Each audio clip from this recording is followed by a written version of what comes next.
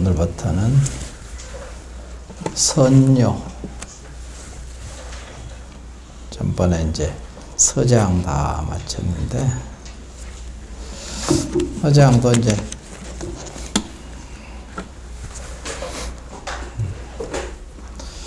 다시 보니까 여러분이 이제 몇 번, 한 번 본 사람도 있을 건데, 다시 보니까 이제 새롭죠. 여러분이 이제 마음이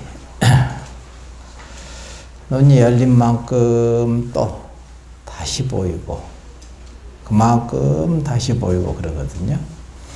그러니까 자주 예전에 보조 스님도 항상 서장이라든가 이렇게 욕조단경이라든가를 항상 옆에다 이렇게 놓고 항상 봤다는 소리거든요.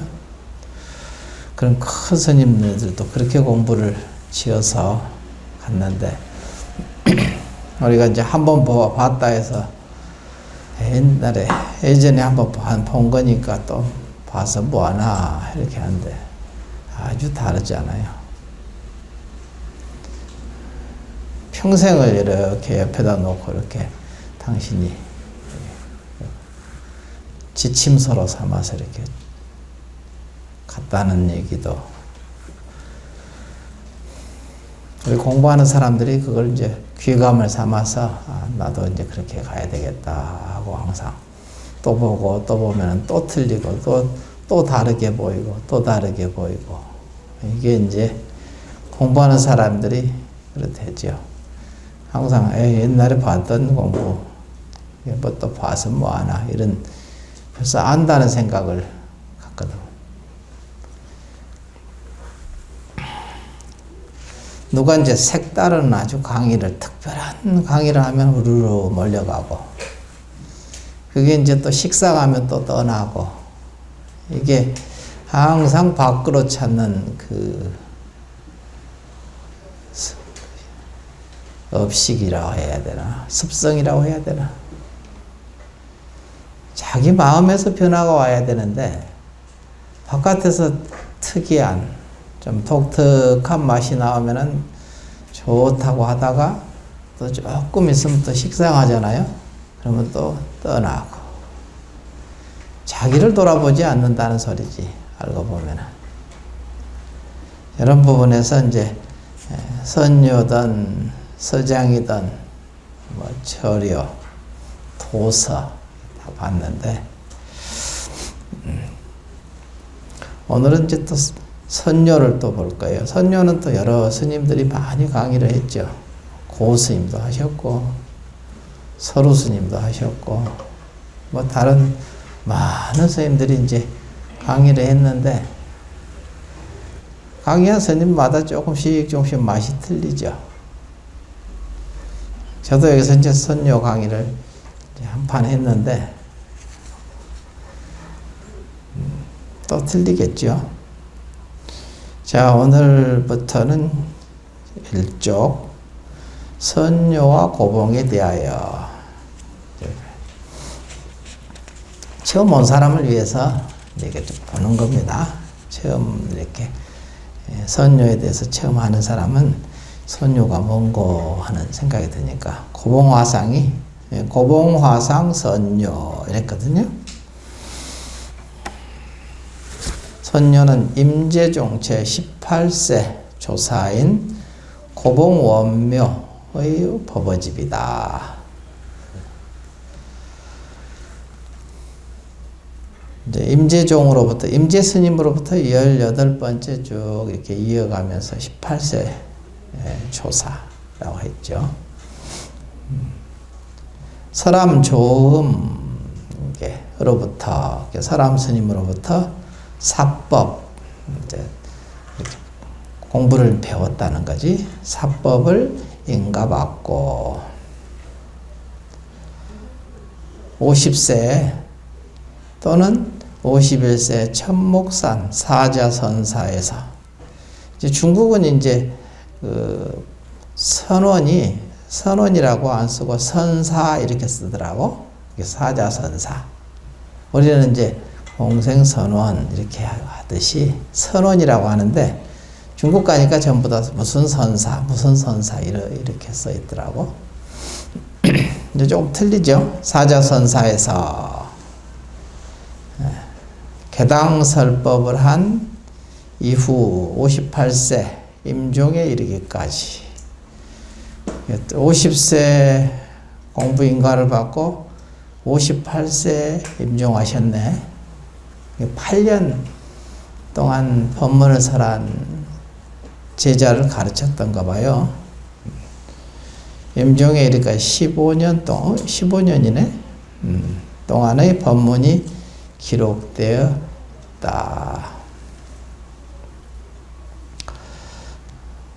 인가 받을 때는 이제 50세였고, 그 전에도 이제 공부를 좀 했던가 보지 뭐. 동안 법문이 기록되어 있다. 이러한 선녀를 세상에 유통시킨 이 중에 가장 공력이 큰 사람은 누구냐? 제가 제자 홍교조이다. 항상 보면 이제 법문을 유통시킨 분들은 제가 제자들이 많거든요. 제가 제자. 왜냐하면 제가 제자들이 높은 관직과 돈을 가지고 있으니까, 체력과 권력을 가지고 있으니까 판을 찍어야 되잖아. 예전에는 그거 하나 이거를 하려면은 목판을 낱낱이 찍어야 되니까 이게 돈이 많이 들어가잖아요. 그래서 웬만한 돈이 없으면은 이게 쉽지 않죠. 재력이 힘이 있으니까 이제. 근데 지금은 이제 그렇게 어려운 것은 아니죠. 그래서 홍교조다. 그래서 홍교조는 스스로 선녀라고 표제를 달았으며, 표제를 선녀라고 표제를 당한 분이 홍교조네요. 이런 것도 이제 제가 제자들이 공부를 많이 했으니까, 공부 많이 해서 견성 체험했었기 때문에 이제 이런 일들을 했을 거예요. 그 의미에 대해서 선녀의 선은 조사선을 가리키고, 요는 고봉의 법의임을 선녀서에서 밝히고 있다. 고봉의 법어란 구체적으로 조사선을 의미한다. 가나선을 의미한다. 그러므로 선녀는 가나선이 조사선의 요지를 가장 잘 드러내고 있는 선법임을 주장하는 고봉의 법문집이라고 할 수 있다. 고봉은 양기파, 호구, 소룡을 파조로 여러 가지 이제 갈래가 있을 거 아니에요. 파조로 하는 호구파 가운데서도 파암파에 속한다. 여기 뒤에 이제 나중에 이렇게 그림이 이제 있거든요. 이제 3쪽 보면은 거기 보면은 이제 이렇게 여러 가지 나오거든. 양기파, 그 다음에 뭐 황룡파, 양기파에서 5가 7종이 벌어져가지고 그 안에서도 또 여러 가지 파가 논하졌을 거 아니에요. 파라는 것은 이제 문중인데, 그 문중들이 지금으로 따지면 공부 스타일이지. 이런 저 스님은 저런 스타일로 가르치시고, 저 스님은 저런 스타일로 가르치는. 그러니까 그게 스타일이 틀려지면서 이제 그게 파가, 여러 가지 파가 생기는 거죠. 그래서 여기서 이제 이런 거 다 알 필요는 없는데, 오광현에서 태어나서 58세 입적하였다. 옛날에는 이렇게 나이가 젊어서들 많이 돌아가셨지. 지금으로 따지니까 젊지. 지금 그때는 다 이 정도 나이에서 입적하셨으니까. 그러니까 철도 빨리 들고 돌아가시기도 빨리 돌아가시고 그런가 봐. 철이 든다고 해서 깨닫기도 빨리 깨닫고. 그래서 결혼들도 일찍 하고 얼른 이제 돌아가시는 거지. 이제 그러니까 철이 빨리 들면 좋기는 하고, 너무 오래 산다는 것도 좀 그렇죠. 건강하게 오래 살아야 되는데 나이가 먹으면 건강기가 어렵잖아요. 건강하기 어려우니까 건강지 못하고 그냥 그 요양원에서 그냥 오래 보내는 것은 참 못할 일이기는 우리 못할 일이야. 근데 그게 마음대로 안 되니까 예전 같으면은 약이 없어서 그냥 돌아가셨는데 지금은 약으로 연명하니까 우리가 생각할 때 여러분이 약으로 연명해서 오래 좀 사는 게 좋을까? 그냥 빨리 갈 때 되면 가는 게 좋을까? 근데 그때 당쳐봐야 알아요. 지금 생각은 또 틀려. 그때 그 당쳐봐야 또 오래 연명이라도 하고 그냥 목숨이 붙어 있는 것을 좋아할지, 그게 좋을지도 모르죠. 고생을 하고 그냥 고생을 하면 이제 더 이상 이제 힘들다. 그럼 이제 포기를 하는 거죠. 포기를 해야 이제 가거든. 포기를 안 하면은 계속 이제 버티는 거지. 삶에 대한 포기 해야 되는데 그게 포기가 잘 안 되거든. 이런 부분도 이제 예전에 꼭 이렇게 빨리 돌아가셔서 참 안 됐네. 이런 분들은 좀 오래 살았으면 좋을 건데 이런 생각을 하는데 꼭 그렇지도 않으니까 상황 따라 틀리잖아요. 그 다음에 송원이 교체하는 격동의 시대를 살면서 세상과의 교류보다는 은둔적인 생활을 선택하였다.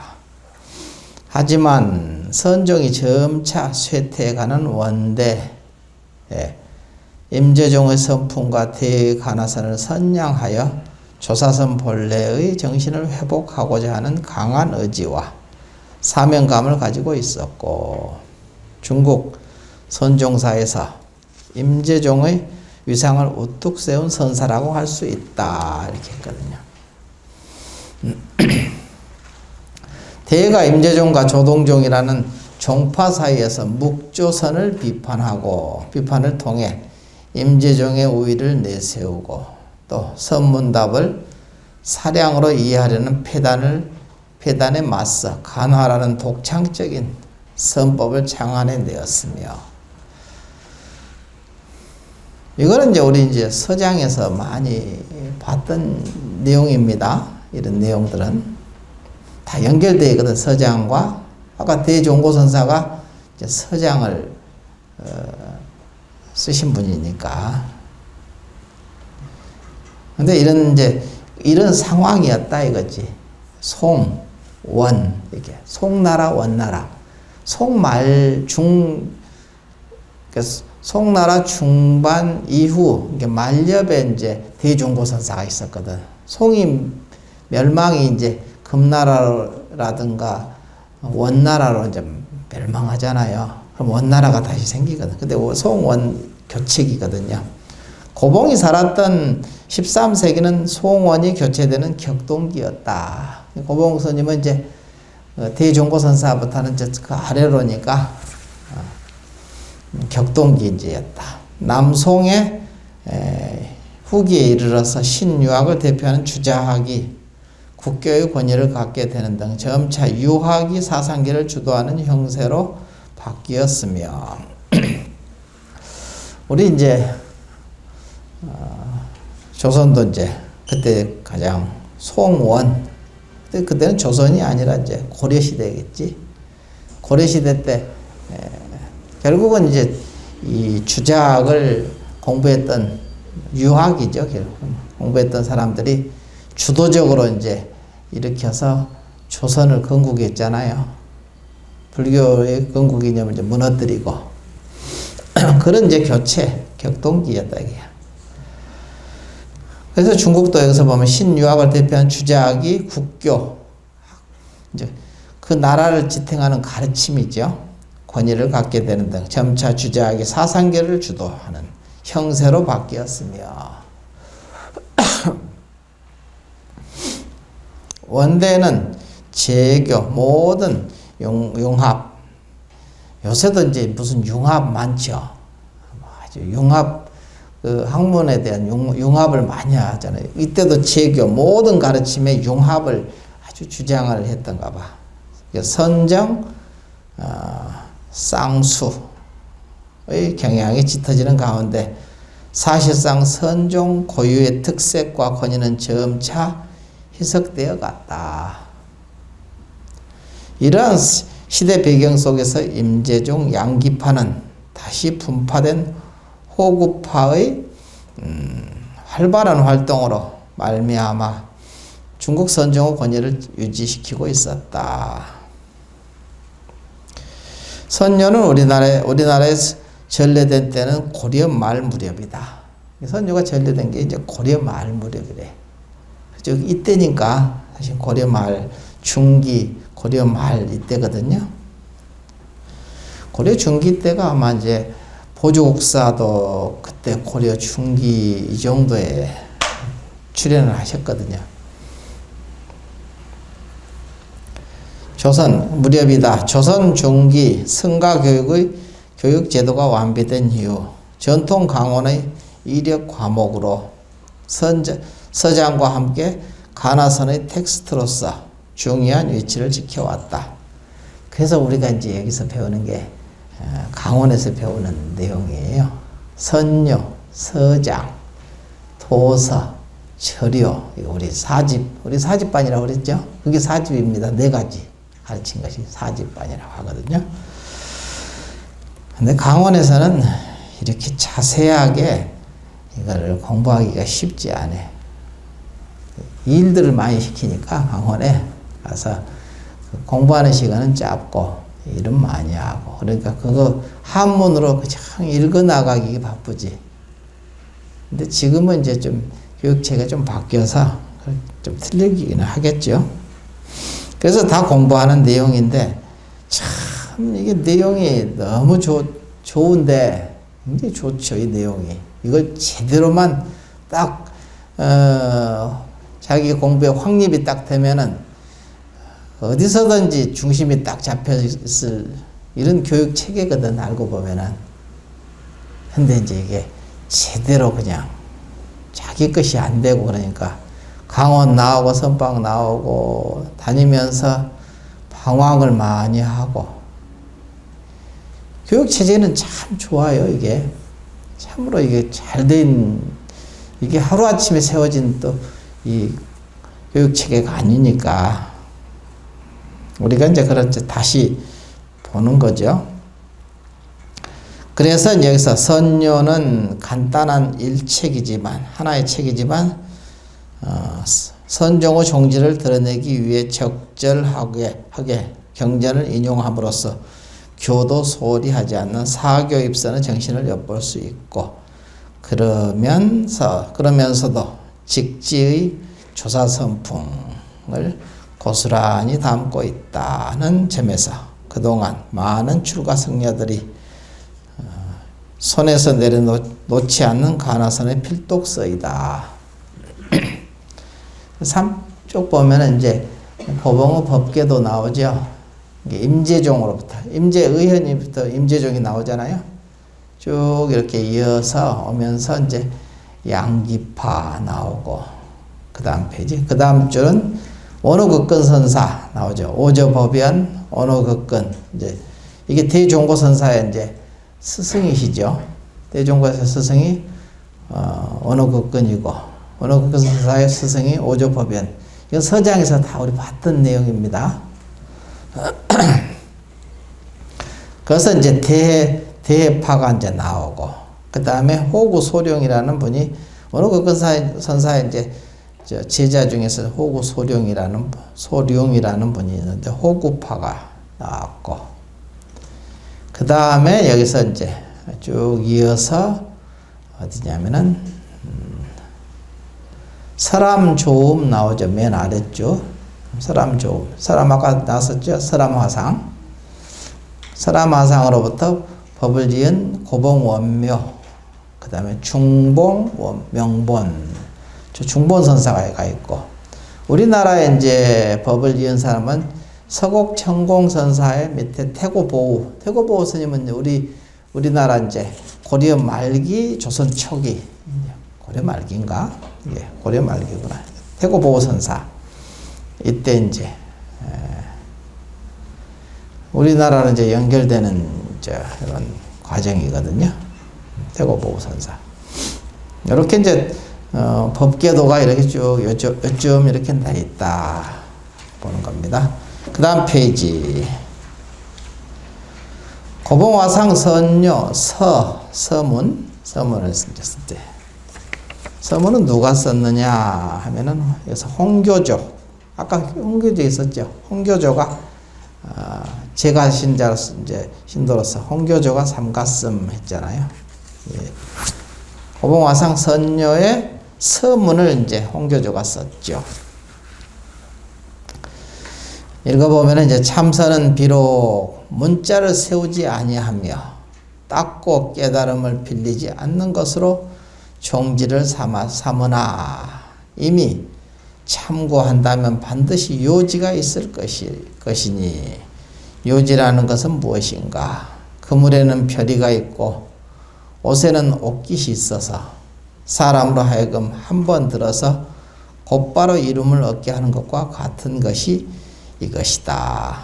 우리가 이제 그물에는 이제 별이가 있고 옷에는 옷깃이 있잖아요. 별이를 잡으면 그물이 다 딸려오고 옷깃을 잡으면 옷이 전체가 이렇게 쉽게 딸려오죠. 소매만 자꾸 쭉 잡아당기면 잘 안 나오듯이 옷깃을 잡는 여기 맨 위에 옷깃을 딱 잡아서 끌으면 이제 그래서 옷깃이라 하고 별이는 이제 그물의 근본이죠. 그걸 딱 잡고 있다면 그물이 다 다가온다. 이제 그게 바로 이제 요지라는 거지. 요지. 선요할 때 선의 요지. 요지만 얘기한다. 별이만 잡고 그냥 낱낱이 줄거리는 안 잡는다. 이런 얘기예요.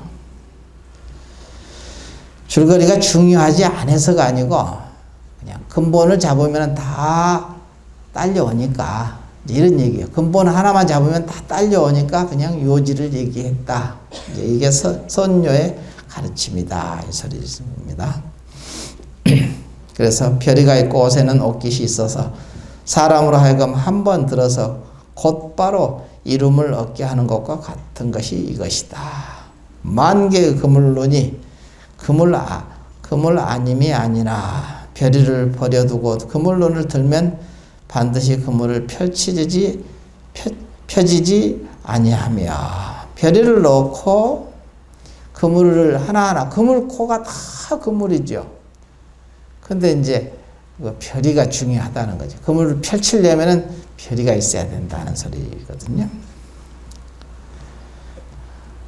그 다음 만 개의 시롤이 옷이 아님이 아니나 옷깃을 버리고 시롤을 들면 옷이 펴지지 않는 것이다. 근본은 중요하다는 소리죠.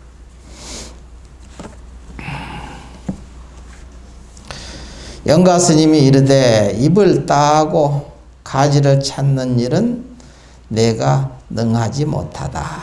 입을 따고 잎도 있고 가지도 나무지 나무 아닌 것은 아니죠. 근데 잎을 하나하나 따가지고 나무를 알려고 하는 것보다는 뿌리를 알고 그 근본 줄기를 딱 잡으면은 나무다 이거지.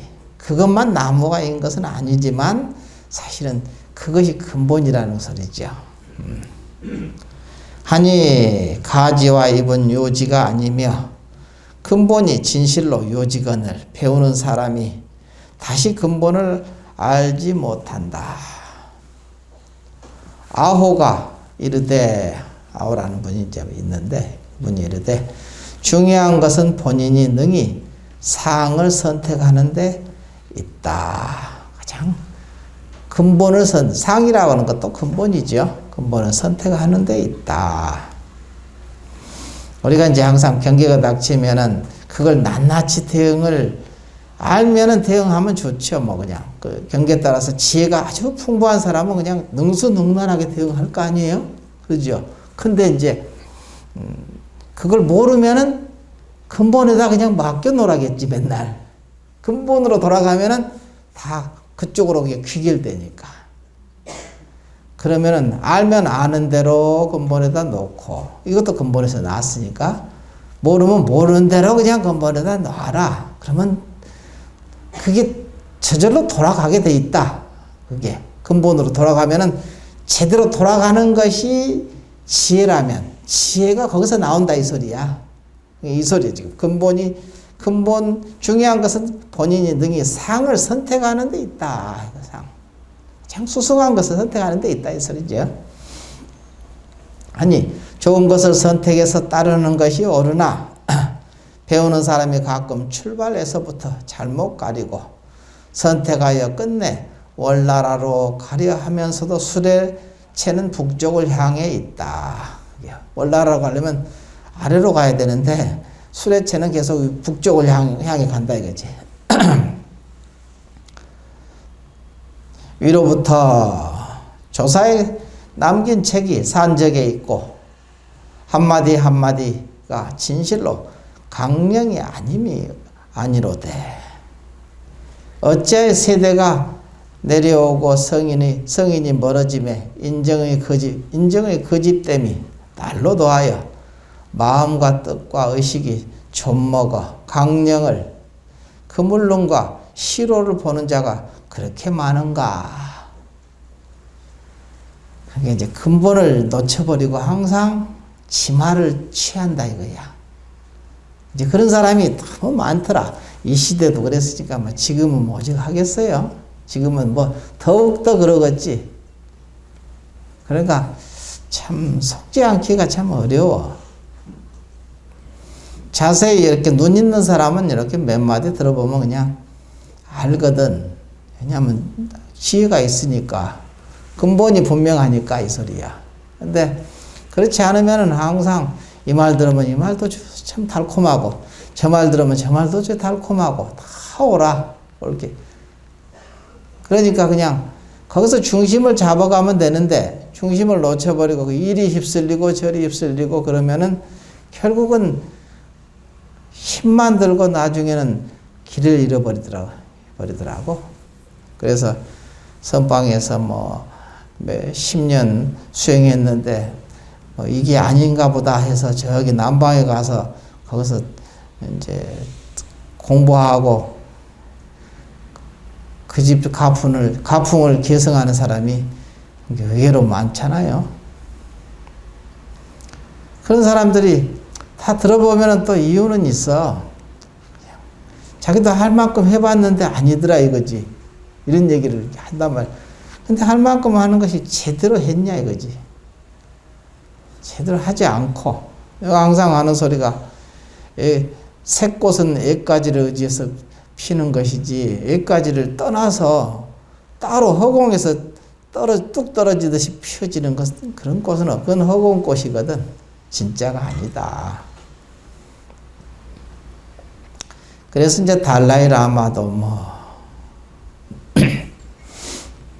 달라이 라마 이렇게 하고 누가 어떤 이제 우리 여러분 잘 아시는 금강스님 있죠. 여기 어디 해남 미왕산가 지금 거기서 나오셨는데 그분이 맨날 장문의 문자를 보내 나한테 문자로 이렇게 보내서 뭐 같이 좀 하자고 맨날 이제 그런 문자를 보내는데 나는 아주 대꾸도 안 하거든요. 왜? 그것이 틀렸다는 게 아니고 자기 조상부터 살피고 그리고 나서 달라이라마도 훌륭하지. 안 훌륭하다는 소리가 아니야. 아주 훌륭하셔. 근데 이제 그 일을 또 좋지 뭐. 우리가 힘이 역량이 된다면 우리 것도 잘 챙기고 그 다음에 거기도 잘 챙겨서 이렇게 하면은 세계 불교가 전체적으로 융성해지니까 좋죠. 나쁜 건 아닙니다. 내가 그분이 싫어서 그분이 공부가 부족해서 그런 걸 참여를 안 하는 게 아니죠. 지금 뭘부터 해야 되느냐 이게. 자기 힘부터 길러야지 뭐. 자기 힘은 놔두고 그렇게 그 힘을 빌려다가 자기 여기를 융성하게 달라이라마가 여기 오시면은 뭐 좋지요. 근데 이제 그것을 자기 힘이 없으면서 그냥 와서 다 이렇게 그냥 전체 주도가 돼버리면은 앞뒤가 바뀌어버리는 거잖아. 그러면 안 되지. 자기 조상이 중요한 거지. 내가 그러잖아, 항상. 잘난 남의 부모보다 못난 내 부모가 소중한 거야. 내 부모로 인해서 내가 이렇게 먹고 이만큼 큰 거지. 잘난 남의 부모가 나를 키운 건 아니거든. 못난 내 부모가 훨씬 더 소중하고 그게 더 훌륭해. 알고 보면은. 이런 걸 알아야 되는데, 그냥 남의 부모 좋은 것만 알고 그냥 허리 쫓아가면은 자기는 뭐야? 아무것도 남아있는 게 없지 뭐. 그래서 그냥 문자가 열심히 뭐 한참 오다가 이제 요새는 아예 안 오더라고. 내가 하도 그냥 문자 대답도 안 해버려. 그냥 문자 오기만 하지. 감감 무서워. 하몽차사야. 나한테 오면은. 한동안 아주 그냥 맨날 자주 보내시더라고. 그분도 훌륭해요. 참 괜찮으신 분이야. 잘하시고. 성품도 좋고. 근데 이제 그렇다는 거지. 내가 이제 주장하는 게 그겁니다. 자기 조상들, 직계 조상들을 숭상하고 가까운 그것부터 할 줄 알아야 자기 살림살이가 되고, 그리고 나서 여유가 되면은 다른 훌륭한 분들도 다 초빙해서 같이 하면 전체 불교가 융성해지지 않겠어요?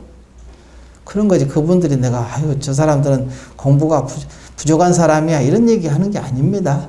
그분은 그분대로 참 훌륭하시지. 달라이라마도. 그런 얘기를 이제 하는 건데, 고고정령 이런 얘기를 해봤자 그냥 서로 논쟁만 되고, 그러니까 그냥 스님 어른이니까 그 일을 열심히 하시오 뭐 이런 거죠. 나는 내 일을 하랍니다. 이런 얘기예요. 그래서 여기서 보면은 이게 한마디 한마디가 진실로 강령이 아님이 아니로되 어찌하여 세대가 내려오면서 성인이 멀어짐 거에 인정의 거짓말의 마음과 뜻과 의식이 좀먹어 강령을 그물론과 시로를 보는 자가 그렇게 많은가. 이 시절에도 이제 이런 사람들이 많다는 거지. 그 다음에 이제 우리 스승 고봉화상이 쌍봉으로부터 서봉사에 이르기까지 20여 년을 이 점을 생각하신 까닭으로 마지못해 사람들에게 핵심을 보이시니 신령한 약이 적은 분량으로 죽은 사람을 살려내고 영험한 부적이 한 점과 한 획으로 되어 있으나 삿된 귀신을 몰아내는 것과 같다. 그러므로 그 귀한 처방과 신비한 주문을 모아 능히 배우는 사람이 강령을 삼을 수 있게 했다. 소리죠. 이게 이제 이런 얘기가 귀한 처방과 신비한 주문과 이게 삿된 귀신을 몰아내는 것과 같다. 이런 것이 여러분들이 이런 말을 이게 들으면 아유 이런 그냥 말을 형용하는가 보다 하는데 이게 진짜 이렇게 있거든. 여러분이 믿는 대로야. 우리 그 입춘방 있잖아요. 그건 누가 이렇게 그걸 진짜 믿으니까 딱 걸어놓고 놔두니까 거기서 그 자기 사무실에다 딱 놓고 그 애가 그러더라고. 젊은 애인데 청년에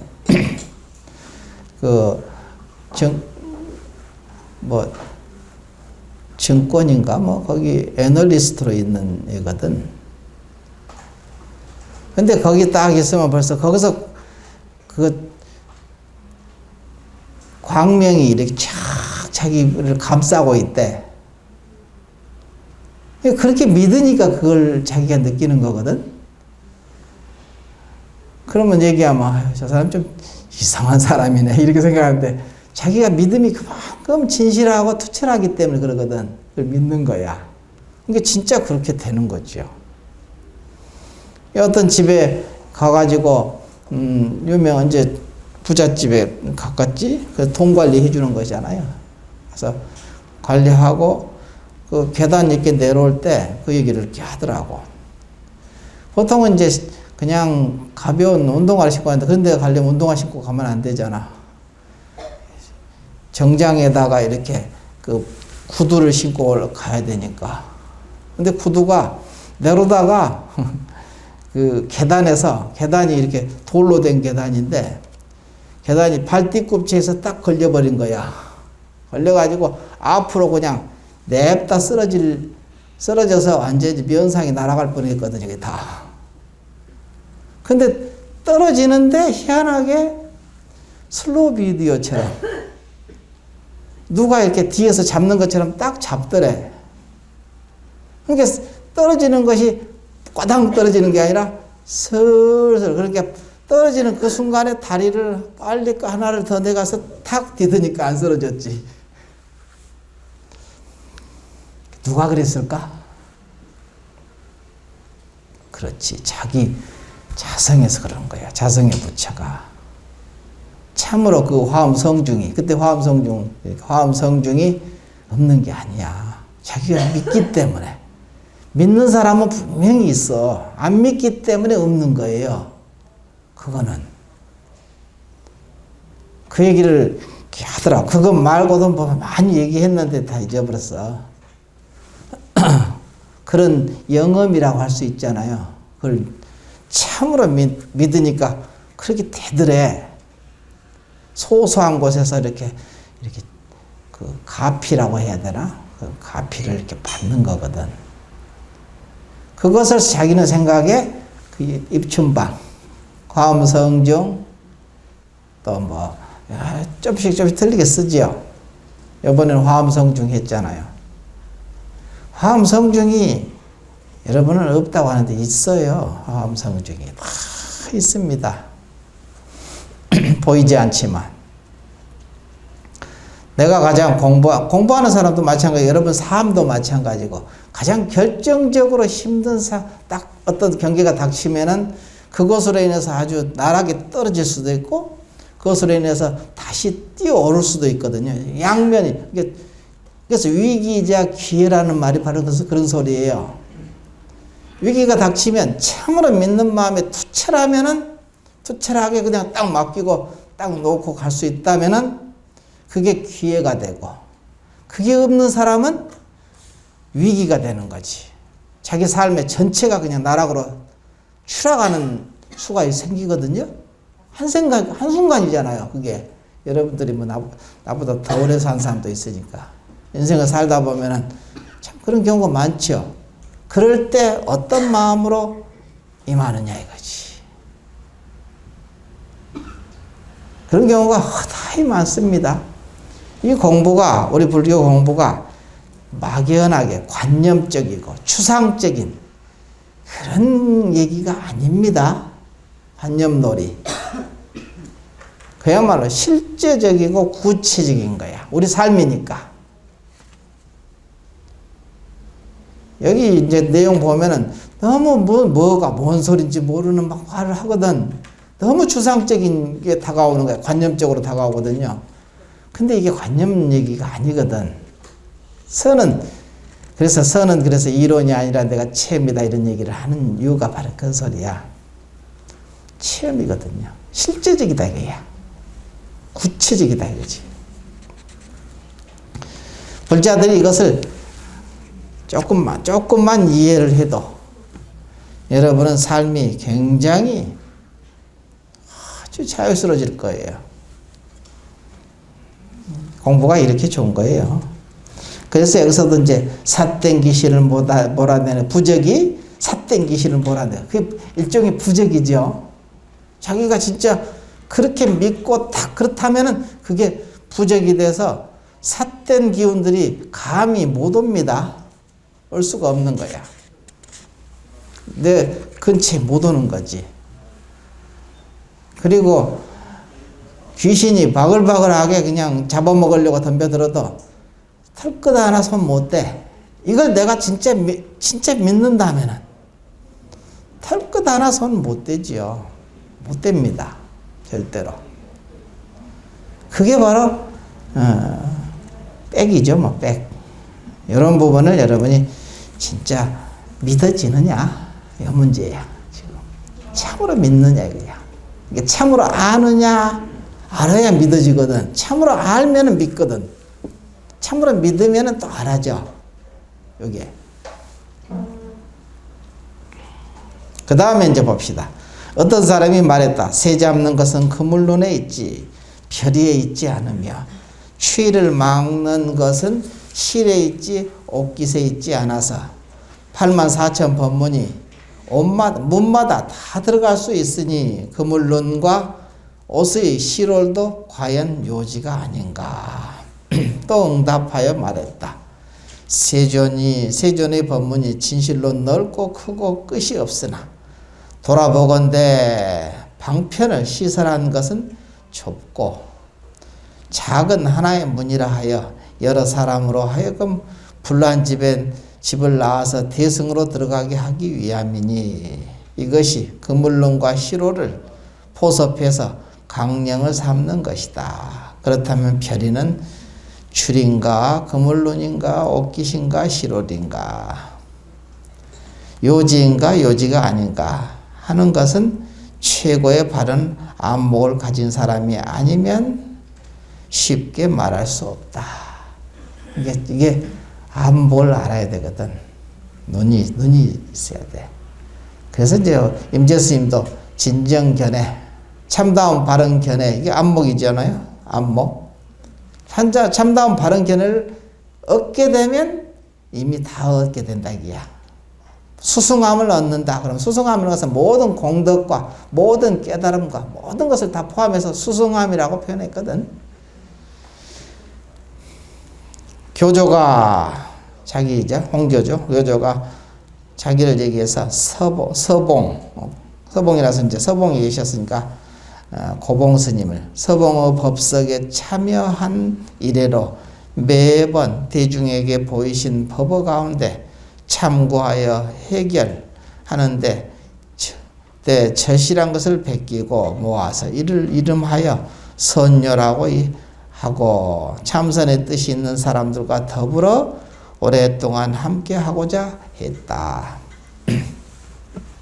하루는 고소산 영중사의 스님에게 이를 보이니 기쁘게 인연을 모아 목판을 새기고자 하여 교조로 하여금 자기죠 서문을 쓰라고 하거늘 교조가 이미 명령을 받고 다시 고하여 말하기를 고봉스님의 따로 가진 한 요지의 말은 강령밖에 있어서 허공의 뼛속에 감춰 놓았으니 허공의 뼛속이 감춰 놨다 이거지. 근데 이 공부라는 것은 허공에다 그냥 뼈다귀를 찔러 넣으면 찔러 넣은 대로 그대 찔러지거든. 이게 공부예요. 허공에다가 어떻게 뼈다귀를 이렇게 딱 찔러 넣으면 그대로 찔러 넣어질까? 한 생각 냈다 하면 그냥 법이 되는 거야. 이런 얘기 지금. 그래서 그 소리지. 허공의 뼈다귀 속에 감추어 놓았으니 형은 목판에 새기고자 하고 나는 서문을 쓰고자 한들 다 능하지 못하므로 오히려 다른 날에 다시 한번 드러내 보임을 기다린다. 내가 이제 아직 능력이 부족하고 그렇지만 내가 이렇게 서문을 썼다 이거지. 능력이 아직 차지는 못했지만 썼지만 다른 날에 누가 또 이보다 더 수승한 서문을 쓰는 사람이 나오면 좋겠다. 이런 얘기입니다. 그 다음에 이제 고봉화상선녀 개당보살, 이게 개당보살. 당을 이제 개당 처음 이제 열어서 이제 언제냐면은 여기 이제 그 설암화상으로부터 인가받고 나서 이제 법문을 하신 거야. 당을 열어서, 개당이니까 당을 열어서 널리 설했다. 법문을 설했다.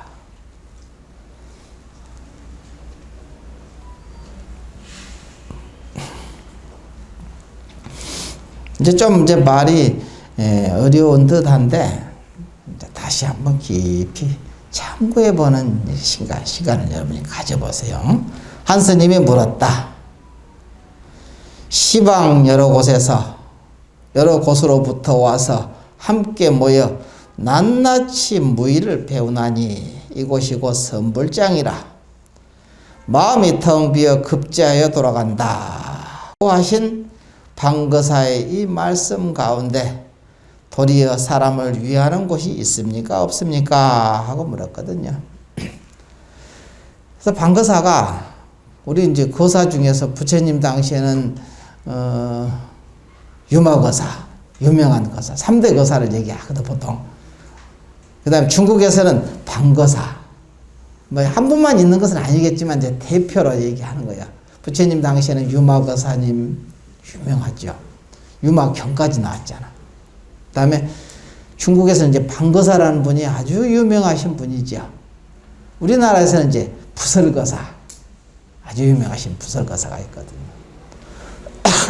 부설거사는 원래 이제 거사는 아니었어. 스님이었는데 어떤 처녀가 그냥 처자가 부설거사 입을 말을 못했거든. 아예 입이 그냥 벙어리인 줄 알았는데 부설거사 만나고 입이 떨어져서 말을 하게 되는 거야. 그래갖고 당신 없으면 나는 이제 죽겠다고 하니까 어쩔 수 없이 거기서 그 처자하고 살게 됐지. 그래서 부설거사가 된 거야. 처음에는 스님이었거든.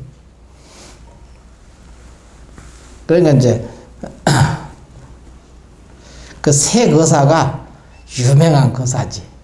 세 분의 거사가. 근데 그 중에 이제 방거사라는 분이 있었거든요. 방거사.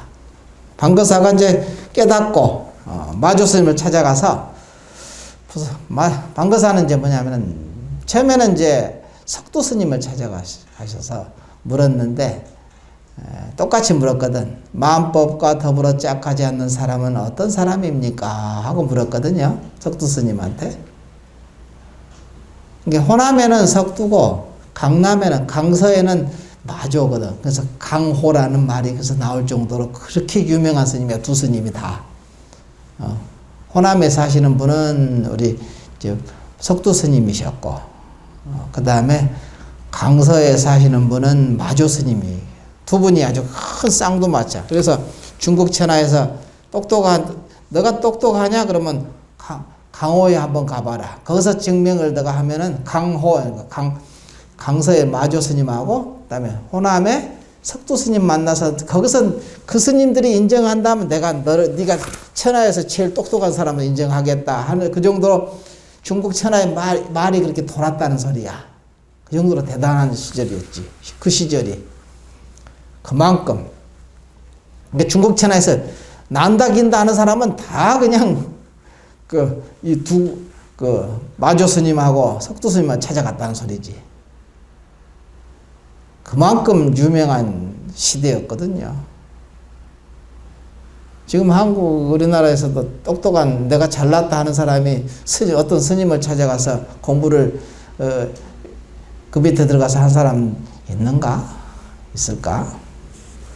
그게 이제 포교를 열심히 안 해도 그냥 저절로 그 시대에 그냥 전부 그 사상계를 전체를 그냥 통합했을 정도로 그만큼 대단한 시대였거든.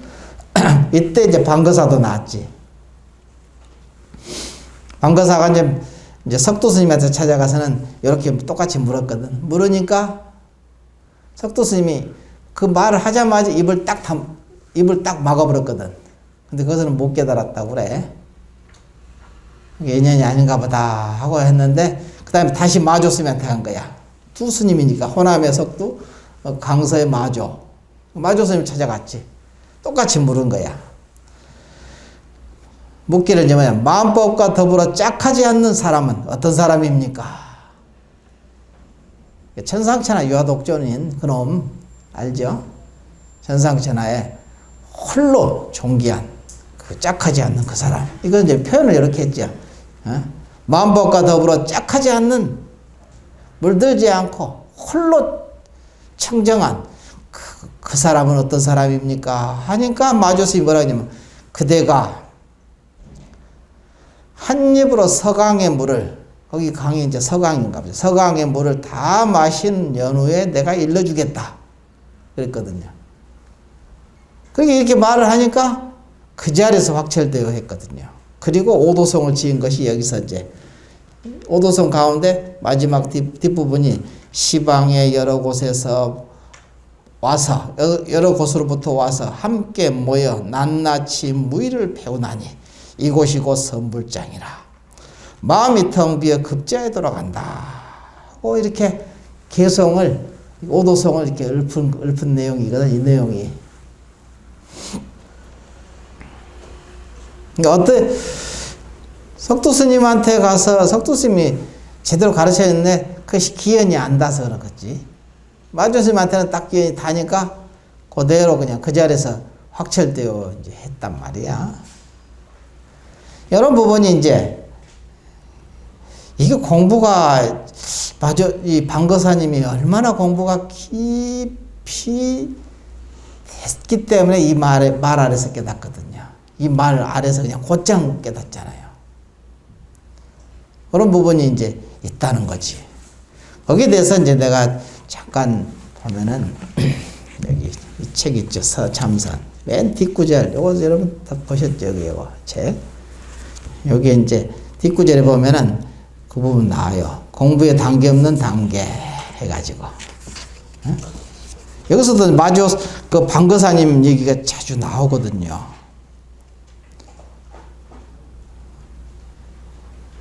임재 스님이 이제 처음에 이제 탈인 불탈경, 사람은 빼앗고 경계는 빼앗지 않는다.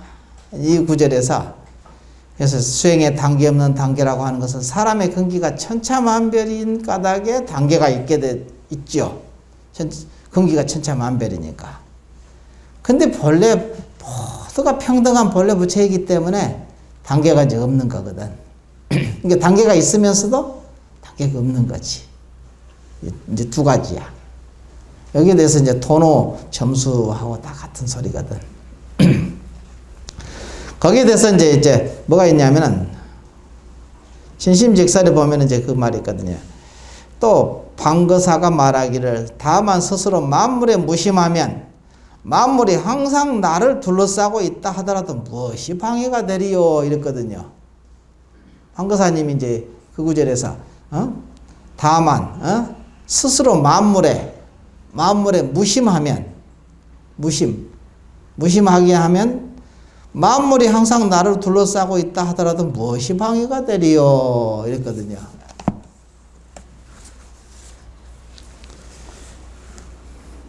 예를 들어서 뾰족한 돌이 막 가득 있는데 서로 뾰족한 돌끼리 부딪혀서 탁탁 깨지잖아요. 그러죠? 뾰족한 부분이 서로 부딪히면 또 깨지면서 둥근 조약돌이 되잖아. 둥글둥글하게 물이 막 흘러가면서 이렇게 윤활유가 돼서. 근데 자기가 아주 둥근 모난 곳이 한 군데도 없으면은 뾰족한 돌이 잔뜩 있는 곳에 집어넣어도 걸림이 없을 거 아니야. 그치? 걸림없이 돌아다니겠죠. 부딪히질 않지.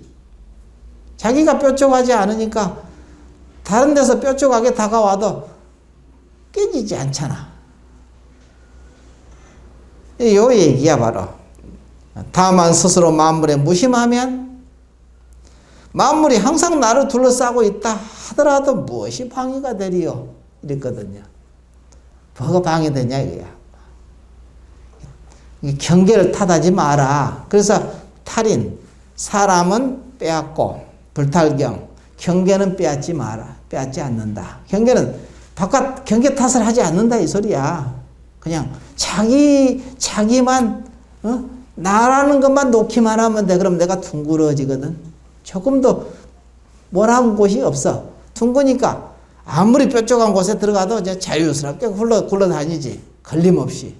조금도 안 걸리잖아. 그걸 보고 이제 여기서 탈인불탈경, 사람은 빼앗고 경계는 빼앗지 않는다. 그래 놓고는 이제 뭐냐면은 임재 스님 여기에 대해서 해석을 따스한 봄날에 만물이 소생하니 대지는 비단을 깔아놓은 듯하고 어린아이의 늘어뜨린 머리카락은 하얀 명주실 같구나 이랬거든요. 이렇게 표현했어요. 여기에 대해서 탈인불탈경에 대해서는 어떻습니까? 하고 물으니까 따스한 봄날에 만물이 소생하니 대지는 비단을 깔아놓은 듯하고 어린아이의 늘어뜨린 머리카락은 하얀 명주실 같구나. 무슨 소리냐 이거지. 이게 처음 참선하는 수행자는, 즉 아직 견성 체험하지 못한 사람은 하심하여 나라는 것부터 놓아야 합니다. 내가 이렇게 해석을 붙였어. 여기에서 나라는 것은 나다 너다 분별하여 취착하는 업식으로서의 나라는 거지. 그치? 업식으로서 나지요. 그래서 이 나 하나를 놓게 되면, 이 하나를 놔버리면은 일체 대상 경계가 어떻게 스스로 따로 존재할 수 있겠냐 이거지. 나를 떠나서 대상 경계가 따로 있는 건 아니거든. 불안익이 항상 있는 거야. 그러므로 일체의 만물 만생은 내 마음과 불안익의 연기로 존재함을 깨닫게 됩니다. 그죠? 이 연기법을 깨달아야 생사를 벗어나 진리를 알게 되어 부처를 이루게 되는 것입니다. 그러나 범부 중생들은 업식이 두터워 연기법을 알아 깨닫기 어렵고, 업식이 두터워서 연기법을 알아서 깨닫기가 참 어렵죠. 그래서 믿어지지 않거든. 믿어지지 않기 때문에 선지식의 법문을 자주 들어서 지견이 생겨나야 합니다. 지견. 지혜의 견해가 생겨나야 된다 이지 소리죠. 그러니까 법문을 자주 들어야 지혜가 생긴다는 소리지. 삼회 중에서 문사수에서 문회잖아요. 처음에 첫 번째가 문회죠. 자주 들어서 생기는 지혜가. 그 다음에 깊이 사유에서 생기고, 그 다음에 실천하면은 또 생기거든. 이거 세 가지를 한꺼번에 하시잖아요, 여러분들이. 자주 듣고, 깊이 혼자 앉아서 깊이 사유하고, 그 다음에 자기가 아는 만큼이라도 조금씩이라도 이렇게 실천하잖아. 이게 문사수거든.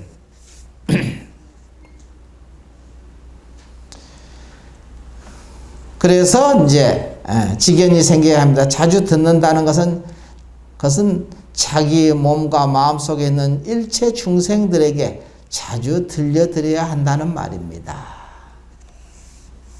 그래서 바른 믿음이 생기면 반드시 따스한 봄날에 만물이 소생하듯 자기 마음 가운데 있는 지혜의 생명이 흘러나오거든. 여기서 흘러나옵니다. 딴 데서 나오는 게 아니야. 자기 마음 가운데 있는 지혜의 생명이 흘러서 나오거든. 이게 저절로. 그래서 스스로 맛을 보는 거야. 자기 스스로 맛을 보고, 아, 이런 맛이로구나. 이렇게 알잖아. 그걸 보고 체험했다. 이렇게 얘기하는 거야. 그게 딴 데서 나온 것도 아니야. 다 누가 갖다 주는 것도 아니고. 스스로 자기 마음 가운데서 흘러나오거든. 법문을 자주 듣고, 실천 궁행하고, 그 다음에 깊이 사유하면은 자기 마음 가운데서 저절로 지혜 생명이 흘러나온단 말이에요. 나오면은 이게 이제 중생들이 스스로 깨어나게 되는 이치가 있습니다. 스스로 중생들이 깨어나는 거죠. 내 속에 있는 중생들이 깨어나야 내가 깨어나는 거지. 그렇지 않겠어요? 이와 같이 수행하는 초발심자는 마음이 푹 익어 일체가 공하여 실제가 없다는 것을, 사실을 믿어지게 알아지게 됩니다. 그래서 지무생사예요. 두 번째도 사실은 또 여기도 보면 그 방거사가 또 나오거든요. 방거사가 뭐라고 하냐면은 여기서도 두 번째 탈경불탈인, 견성 체험한 사람이 견성 체험했습니다. 체험했다 하더라도 여기서 이제 그래서 방거사가 말하기를 모든 법과 만법과 짝하지 않고 모든 대상과 상대하지 않는다. 만법과 짝하지 않는 사람이 무엇입니까? 그랬잖아요. 만법과 짝하지 않는 사람이 누굽니까? 아까 물었잖아요. 근데 여기서도 보면 모든 마음법과 짝하지 않고 모든 대상과 상대하지 않는다. 그럼 이걸 비추어 보건대 여기서 얘기하는 방거사가 마음법과 짝하지 않는 사람은 어떤 사람입니까? 하고 하니 마조 스님이 그대가 한 입으로 서강의 물을 다 마신 연후에 내가 일러주겠다 그랬거든. 서강의 물이라는 것은 일체 경계를 얘기하는 거예요. 바다. 이 세상을 고해의 바다라고 그러죠. 고해. 바다로 표현한 거예요. 여기서는 물로 표현했죠. 서강의 물을. 네가 한 입으로 그냥 전부 단숨에 그냥 너 다 이 서강의 물을 다 들이킬 수 있다면, 마신다면, 그리고 나서 너는 내가 얘기해 줄게. 이렇게 지금 그 마조 스님이 얘기하셨죠. 그리고 여기서 보면 탈경 불탈인. 경계는 빼앗고 사람은 빼앗지 않는다. 이미 그럼 방거사는 이미 견성 체험한 사람이거든. 그렇게 거기 와서 대뜸 물었지. 자기가 체험한 바가 있으니까 물었을 거 아니야. 체험한 바가 없이 그냥 가서 불교가 뭐예요? 하고 이렇게 묻지는 않았을 거 아니야. 자기 공부한 것이 있으니까 가서 그냥 이제 점검 받으러 간 거지. 스님에게. 그 전에 사실은 이제 방거사는 집안에 있는 모든 그냥 보배라든가 뭐 이게 다 재산을 그냥 저기 동정호에다 다 빠뜨려 버렸거든요. 이게 왜 빠뜨렸냐면은 자식들, 부인하고 그 딸이 있었잖아요. 가르치려고 다 빠뜨려서 다 없애버리고 여기 이제 가서 시골에 들어가가지고 요새는 이제 따지면 이제 귀촌한 거지. 들어가가지고 거기서 먹고 살 거 있어서 들어간 게 아니라 먹고 살 것을 다 버려버리고 들어간 거지. 그거 이제 결국 이제 자기 부인도 가르쳐야 되고 자기 딸도 가르쳐야 되니까 공부를 제대로 이게 내가 보통 이게 가서 전원 생활을 누리러 간 게 아니고 그냥 진짜 치열하게 공부하러 간다 하는 것을 분명히 보여주고 가는 거지. 그러니까 더 이상 물러설 곳이 없잖아요. 이제 배수이제는 치는 거야. 그래갖고 거기서 이제 산에 있는 그 대나무를 잘라서 뭘 만들어가지고 팔아서 먹고 생계를 유지하고 그렇게 살면서 공부를 했거든. 그래서 공부가 깊어지니까 이분이 마조 스님, 석두 스님 찾아갔고 마도 스님 찾아간 거야. 공부가 자기 나름대로는 아주 깊어져서 체험을 해놓으니까 그걸 점검하러 간 거지. 그래서 마음법과 짝하지 않는 사람은 어떤 사람입니까? 하고 딱 물은 거지.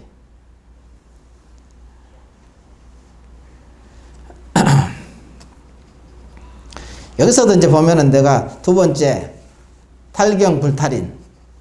경계는 없애고 빼앗고 사람은 빼앗지 않는다. 왜 사람은 빼앗지 않느냐면은 이미 견성 체험했기 때문에 내가 누구인지를 알았거든. 내가 본래 공하고 내가 실체하지 않는다는 것을 확연히 알았잖아. 내가 본래 그게 부처거든. 내가 본래 부처인 것을 확연히 체험했다는 소리야.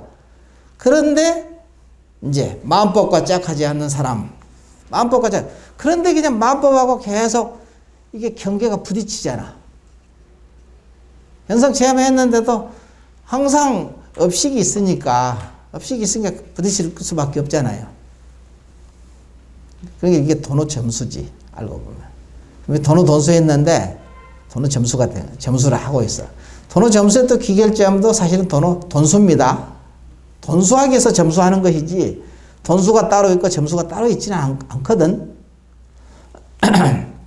그러니까 여기서도 이제 마음법과 짝하지 않는 사람은 어떤 사람입니까? 하고 물었잖아.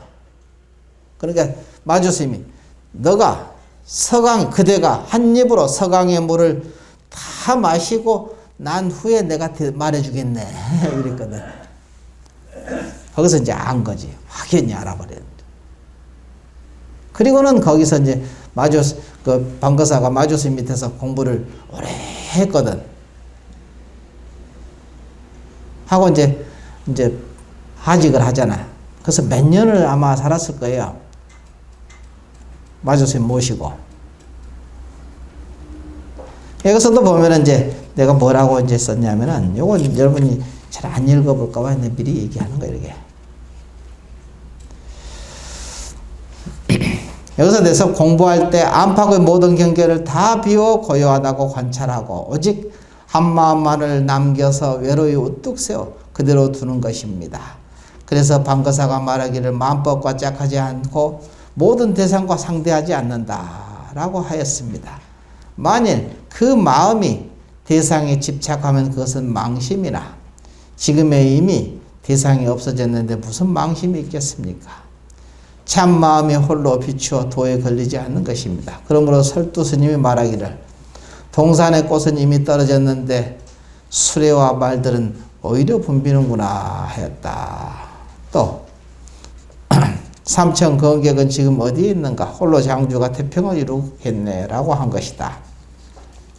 이렇게 표현해 놓고 임재 스님은 뭐라고 했느냐? 왕의 법령이 천하에 두루 행해지면 왕의 법령이 천하에 두루 행해지면 변방의 장수는 전쟁을 종식시킨다. 이렇게 표현했거든. 거기에 대해서 내가 이제 뭐라고 해석을 붙였냐면은 나를 놓아 생사 없는 참나를 한번 체험해 알았다 하더라도 다가오는 일체 경계를 낱낱이 항복해 체험하려면 안팎의 모든 경계를 다 비워 고요하다고 관찰하고 오직 한 마음만 남겨서 외로이 우뚝 세워 그대로 두는 것이다 했습니다. 그러니까 항상 자기 한 마음을 그게 생명줄이거든. 그 생명줄 하나를 딱 잡고 일체를 거기서 들고 난다는 사실을 밀고 나가는 거야. 이게 이 말씀이거든. 여기서 이제 항복기심 어떻게 항복합니까 하니까 육조 스님께서 말씀하시기를 항복기심이란 일체 중생을 공경하는 것이다. 그러니까 작용으로 나올 때는 일체 중생을 공경하는 것이 항복하는 전부 항복하는 거야. 왜 공경할까? 일체 중생 속에는 항상 부처가 있거든. 불성이 있잖아요.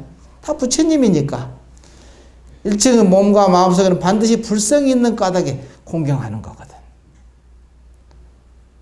나만 그런 게 아니라 일체가 다 그러니까 두란이게 돌아가잖아요. 그러니까 일체 중생의 몸과 마음 속에는 반드시 부처가 있거든. 그렇게 그 겉모습만 보고 그냥 우습게 여기고 아니면 높다랗게 높이 그냥 생각하고 이렇게 하지 않는다 이거야. 내 마음과 내 몸처럼 내 생명처럼 생각한다. 이런 얘기를 하거든요. 그러므로 이제 일체 중생의 몸은 내 몸이고 일체 중생의 생명은 내 생명인 까닭에 밖으로 향하는 모든 말과 행과 뜻이 곧 자기를 향했다 하고 두란인 도리라 하고 불이법, 연기법을 통달했다 합니다. 이것을 오직 한 마음만을 남겨서 외로이 우뚝 세워 그대로 두는 것이다 라고 하고 방거사가 말씀하신 마음법과 짝하지 않고 모든 대상과 상대하지 않는다 합니다. 그런 까닭에 왕의 법령이라는 것은 왕은 한마디 하면 그게 법이 되거든. 결정지어지잖아요. 저놈 죽여라 하면 장군은 가서 죽이고 와야 되잖아요. 결정지어지는 거니까. 그게 왕의 법령이 천하에 두루 행해지면 변방의 장수는 전쟁을 종식시킨다. 일체 업식 녹이는 공부를 다 마친다 이거야. 그러니까 이 성이 전체가 정복됐다, 항복됐다 이 소리지. 이 속에 중생심이 남아있지 않는다 그 얘기거든. 그게 이제 여기서 이제 방거사 얘기가 나와가지고 이제 하는 소리예요. 뭐라 했냐면은 그잖아요. 시방의 여러 곳에서 함께 곳으로부터 와서 함께 모여 낱낱이 무의를 배워나지. 근데 이것도 다 무의야. 함이 없는 것. 무의를 배워야 돼.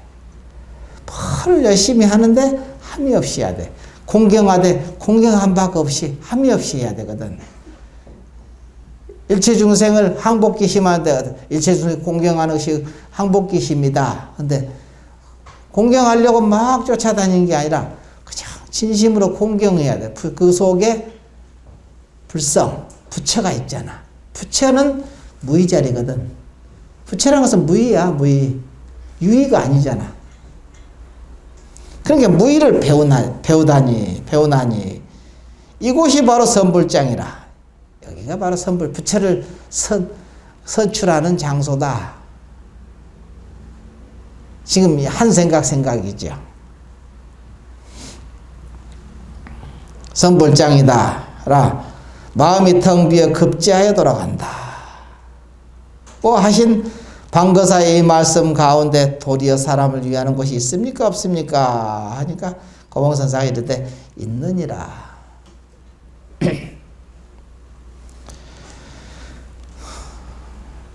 필경 어느 구절에 있습니까 하니까 고봉선사가 이르기를 처음부터 다시 물어라 그랬거든. 처음부터 이제 다시 묻는 거야. 어떤 것이 시방에서 함께 모였다는 말입니까 하니 고봉선사가 이르시기를 용과 뱀이 뒤섞여 있고 범부와 성인이 섞여 있다. 어울려 이제 함께 있다 이거지. 하는 것이다. 용사 혼잡이요. 여기 이제 어디서 나오는 소리죠? 벼감록에 이제 전삼삼 후삼삼 그 구절에도 나오는 말이거든요. 용사 혼잡이요. 범성 동거라. 여기서는 범성 동거라고 있거든. 범성이 여기서는 교참. 서로 같이 참여한다 이거야. 교참한다. 이렇게 해서. 거기서는 이제 범성 동거라고 있거든. 말이 조금 틀리지만 같은 말 뜻이죠.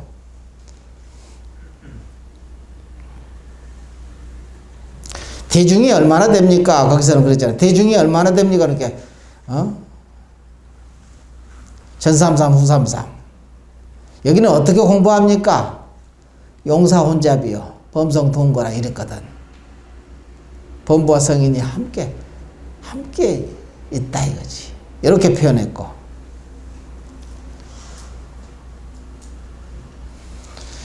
여기서 지금 어떤 것이 시방에서 함께 모였다는 말입니까?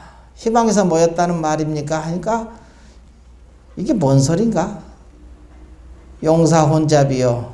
범성 교참이라. 범부와 성인이 함께 서로 교참, 섞여서 참례하는 것이다. 서로 인사한다 이 소리죠. 손을 맞잡고 인사하는 거야. 지금.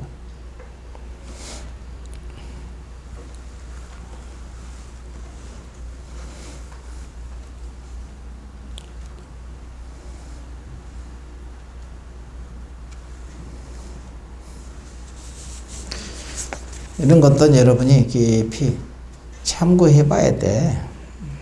내가 가르쳐 준다는 것은 말도 안 되는 소리고 그냥 나의 생각을 얘기할 뿐이지, 나의 안목을 얘기할 뿐이지, 여러분은 여러분의 안목으로 나와야 되거든. 그럼 어디서 나오느냐? 자기 가슴 속에서 나와야지. 그래야 진짜지. 남한테 얻어먹은 물은 이게 맨날 갈증이 생겨. 한 모금 먹고 좀 있으면 또 갈증이 있어. 또 한 모금만 주세요 하고 맨날 부처님한테 맨날 얻어먹으려고 동냥질하고 다녀. 얻어먹게 돼. 맨날 얻어먹는 형국이거든. 자기 속에 참 지혜의 생명수가 있는데도 불구하고 맨날 얻으러 다니거든. 여기서 저기서 얻으러 다니고. 그게 자기 안에 부처가 참 한심하게 쳐다보고 생각할 거 아니야. 나는 안 찾고 저것이 밖으로만 맨날 찾네. 여기만 찾는 게 아니라 저기 막 남방으로 찾으러 다니고만 사방팔방 찾으러 다니더구만. 이게 이제 공부하는데 아주 결정적인 문제예요. 밖으로 그래서 어제 가면은 임재 스님이 밖으로 찾지 마라. 치달아 구하는 마음, 치구심. 네가 치달아 구하는 마음만 없으면 너가 본래 조사인 부처 아니냐 이렇게 얘기하거든. 치달아 구하는 마음이 있기 때문에 벌써 거기서 어긋나 버렸잖아. 첫 걸음에서 어긋났는데 뭐 어떻게 마지막 걸음에서 아무리 열심히 한들 거기서 얻어질 게 있어요? 정반대로 가고 있는데 그 얘기를 지금 계속 하는 거야.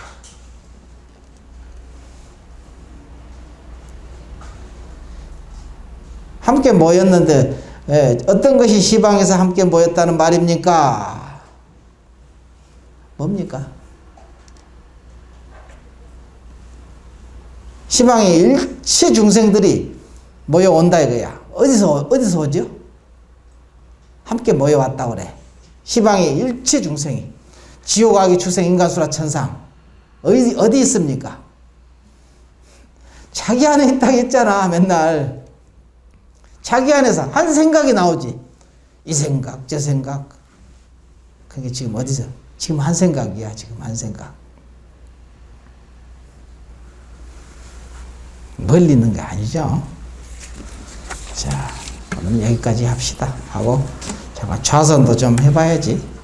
너무 그냥 입으로만 배워서 머리로만 배워서는 안 되니까 다리 좀 펴보십시오. 다리 아프니까. 나이도 생각해야 돼. 요새는 쭉 다리 펴고 이렇게 좀 긴장을 좀 풀고 나중에 일어나서 아이고 하지 말고 자기가 자기를 위해 줘야지. 누가 위해 줄 사람이 없어요. 내가 나를 위해 주는 거예요. 위해 주는데 하자는 대로 따르면 안 되지요. 부모가 좋은 부모가 돼서 나를 잘 이끌어 줘야 되잖아.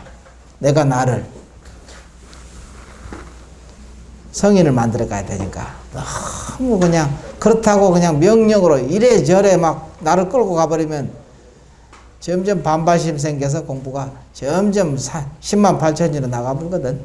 그러니까 잘 달래주고 잘 위해주고 진짜 위해주는 거죠. 그를 위해서 여기 중생들을 건지기 위해서.